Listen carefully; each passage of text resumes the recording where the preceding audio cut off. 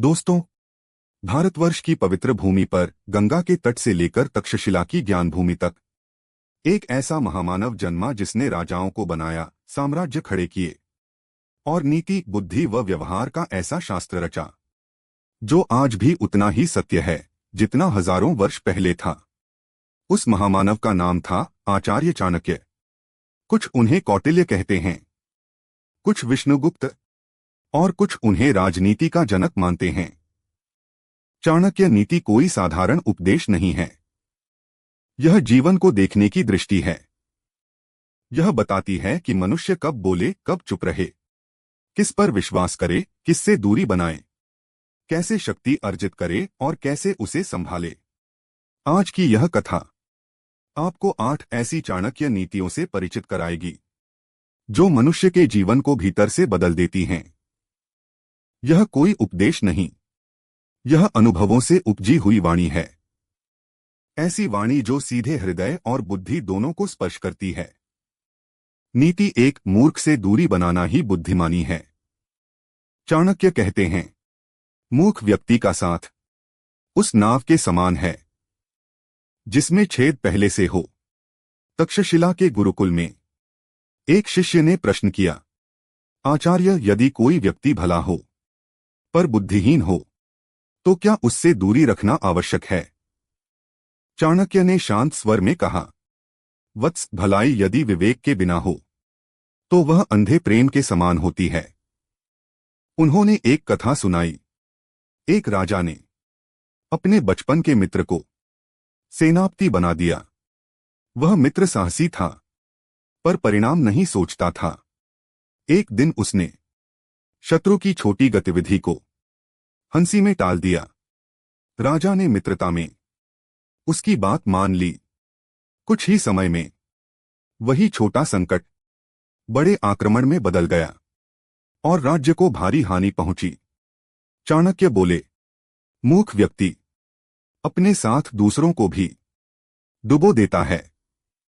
मूर्ख व्यक्ति क्रोध में निर्णय लेता है, भावना में वचन देता है और परिणाम दूसरों पर छोड़ देता है।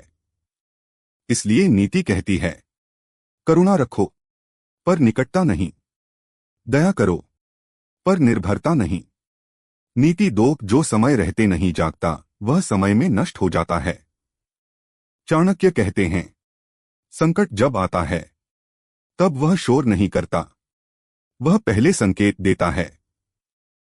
मगध के एक नगर में किले की दीवारें पुरानी हो चुकी थीं।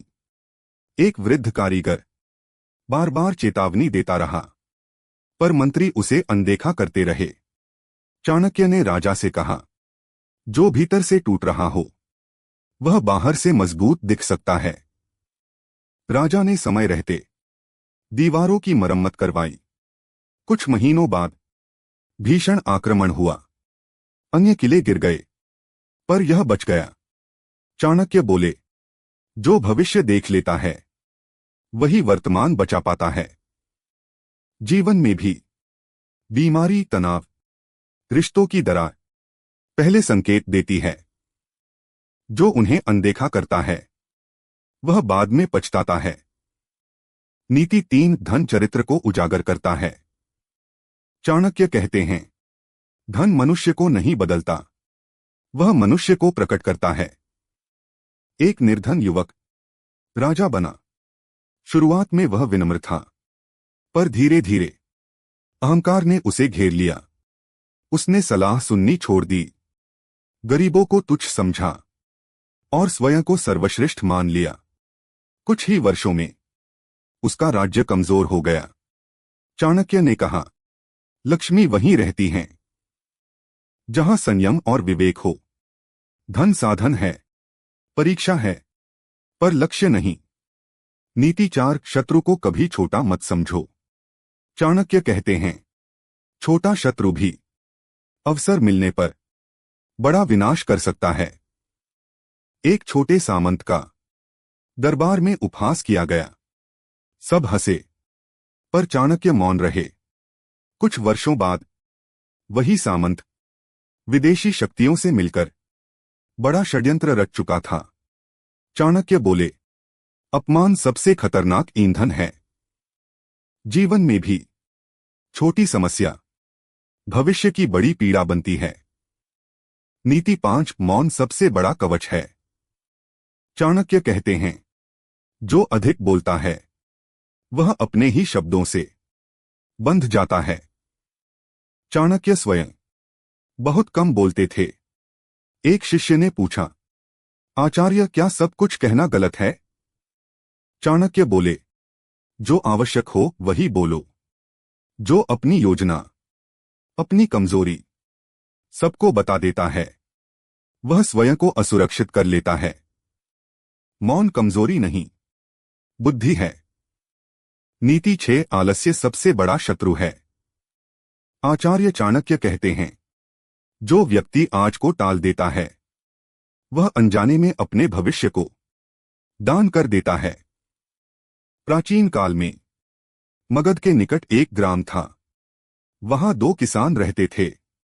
दोनों के पास समान भूमि, समान बीज और समान अवसर थे। पहला किसान प्रातः सूर्य निकलते ही खेत में उतर जाता। वह जानता था कि थोड़ा थोड़ा परिश्रम समय के साथ बड़ा फल देता है। दूसरा किसान हर दिन यही कहता, आज शरीर थका है, कल अवश्य काम करूंगा। कल आया, पर उसके साथ फिर एक नया बहाना भी आया। समय बीतता गया, ऋतुएं बदली। एक खेत हरा भरा हो गया, दूसरा बंजर। चाणक्य बोले, आलस्य कोई अचानक आने वाला शत्रु नहीं, यह वह मित्र है जो धीरे धीरे सब कुछ छीन लेता है। आलसी व्यक्ति अपने दुर्भाग्य को भाग्य कहकर स्वीकार करता है, जबकि सच्चाई यह है कि उसने समय का अपमान किया होता है। चाणक्य नीति कहती है, परिश्रम का फल तुरंत नहीं मिलता, पर आलस्य का दंड निश्चित होता है। जो व्यक्ति छोटे छोटे काम रोज करता है वही आगे चलकर बड़े कार्यों का अधिकारी बनता है। नीति 7 सच्चा मित्र वही है जो संकट में साथ दे।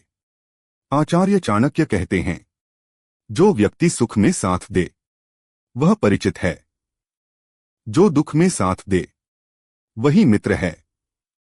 जब चंद्रगुप्त मौर्य एक साधारण युवक थे, तब उनके चारों ओर बहुत से लोग थे। सब भविष्य की संभावनाएं देखते थे, पर जब संकट आया, जब पराजय मिली, जब जीवन अनिश्चित हो गया, तब वे लोग एक एक कर दूर हो गए। उस समय केवल एक व्यक्ति उनके साथ खड़ा रहा, आचार्य चाणक्य। न सत्ता थी, न धन, न सुरक्षा, फिर भी चाणक्य डटे रहे। चाणक्य बोले, मित्र वही है जो आपके गिरने पर आपसे मुंह न मोड़े। सच्चा मित्र आपकी प्रशंसा नहीं, आपकी रक्षा करता है। वह आपको कठोर सत्य कहता है, मधुर झूठ नहीं। आज का मनुष्य लाभ को मित्रता समझ बैठता है।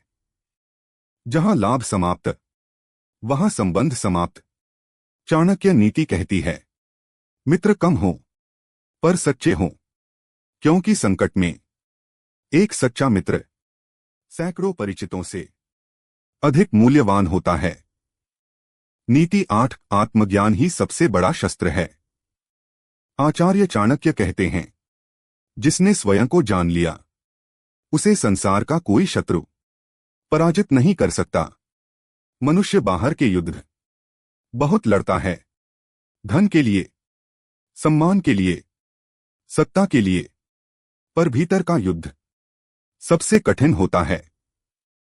जो व्यक्ति अपने क्रोध, अपने लोभ, अपने अहंकार को नहीं पहचानता, वह चाहे जितनी विजय पाए अंततः हार जाता है। चाणक्य कहते थे, राज्य जीतना सरल है, पर स्वयं को जीतना साधना है। जो व्यक्ति अपने दोष स्वीकार कर लेता है वह उन्हें सुधार सकता है, पर जो उन्हें छिपाता है वह उनका दास बन जाता है। आत्मज्ञान मनुष्य को नम्र बनाता है और नम्रता सबसे बड़ी शक्ति है।